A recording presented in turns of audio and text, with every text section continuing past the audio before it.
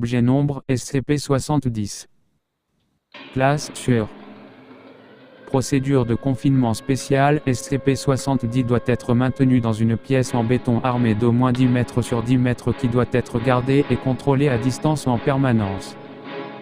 Cette pièce doit toujours être bien fournie en nourriture non périssable ainsi qu'en eau, voir le document 070-IC pour un inventaire complet de ces objets ainsi que les aménagements de base pour un SCP humanoïde. Le personnel de sécurité assigné à SCP-70 doit disposer d'armes lanceuses de mousse collante en plus de leur armement standard. Et l'intégrité structurelle de la cellule de confinement de SCP-70 doit être vérifiée 2 fois par jour. Dans le cas de dommages structurels excessifs, SCP-70 doit être immobilisé et déplacé dans une cellule de confinement proche identique à l'originale. Si aucune cellule en béton armé n'est disponible, SCP-70 peut être temporairement contenu dans une pièce en matériaux plus résistants en attendant qu'une autre pièce de béton armé soit préparée. SCP-70 doit être fourni en sédatif et antidouleur si elle en demande, mais pas plus que le dosage maximal déterminé par le DR. Du Moulin. Les membres du personnel entrant dans la cellule de confinement pour quelque raison que ce soit ne doit pas être armé et doit porter une armure corporelle résistante aux perforations. Les gardes armés doivent rester en dehors et hors de vue de SCP-70. Dans le cas d'une brèche de confinement due à une crise de somnambulisme, le personnel de sécurité doit alerter l'administration du site, placer de la nourriture et de l'eau sur le chemin probable de SCP-70 et maintenir un périmètre de sécurité de 25 mètres autour de SCP-70 dans n'importe quel autre type de brèche de confinement ou si SCP-70 devient violent pendant sa crise de somnambulisme, les membres du personnel sont autorisés à immobiliser SCP-70 en utilisant des armes lanceuses de mousse collante. Des précautions doivent être prises pour éviter l'étouffement de SCP-70 du fait que SCP-70 répondent instinctivement et violemment à toute blessure ou attaque. Le personnel de sécurité doit s'abstenir de recourir à des armes létales ou de blesser SCP-70 à moins de situations extrêmes.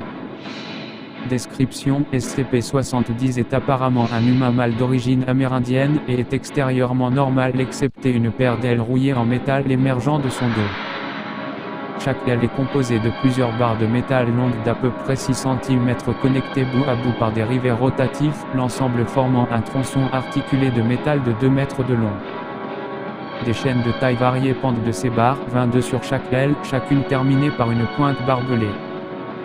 SCP-70 n'a apparemment aucune autre propriété particulière en dehors de ses ailes. Les ailes de SCP-70 agissent apparemment indépendamment de la personne à laquelle elles sont attachées et SCP-70 a déclaré à plusieurs reprises qu'il n'avait aucun contrôle sur elles.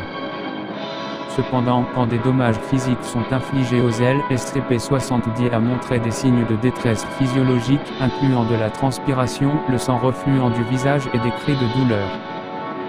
On a déjà observé les ailes se déployer et se plier, voire faire fouetter ces chaînes très rapidement chacune individuellement et collectivement et ancrer ses pointes dans le bois, le béton et d'autres matériaux similaires. Même si SCP-70 n'a montré aucune hostilité ouverte envers le personnel, il va souvent réagir violemment aux menaces perçues en fouettant de ses chaînes les assaillants et en enroulant ses chaînes autour de son corps dans une posture défensive.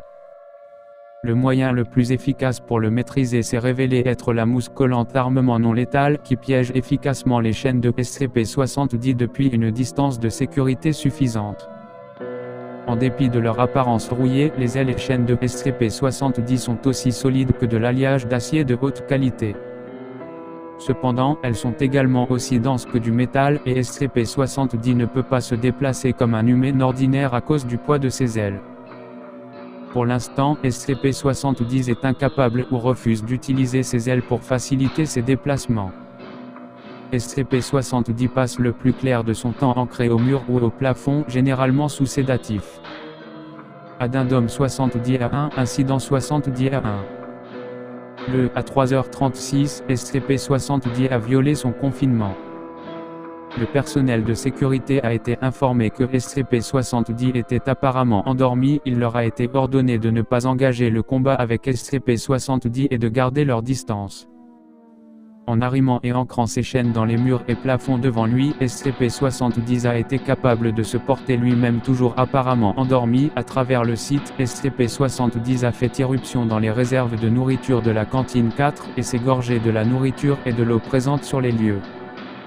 À peu près 19 minutes plus tard, apparemment rassasié, SCP-70 est retourné à sa cellule de confinement. Il n'a jamais paru se réveiller. SCP-70 a clamé par la suite n'avoir aucune connaissance de l'événement. Addendum 70 a 2 antécédents personnels. Les interviews ont révélé que SCP-70 s'appelle et est capable de réciter le numéro de sécurité sociale correct d'un citoyen des États-Unis de même nom et âge. SCP-70 clame être un membre de la tribu Kiowa et données supprimées. SCP-70 dit ne pas savoir comme les ailes sont apparues, se rappelant seulement s'être réveillé dans une décharge à ferraille avec elle après avoir absorbé beaucoup de peyote la nuit.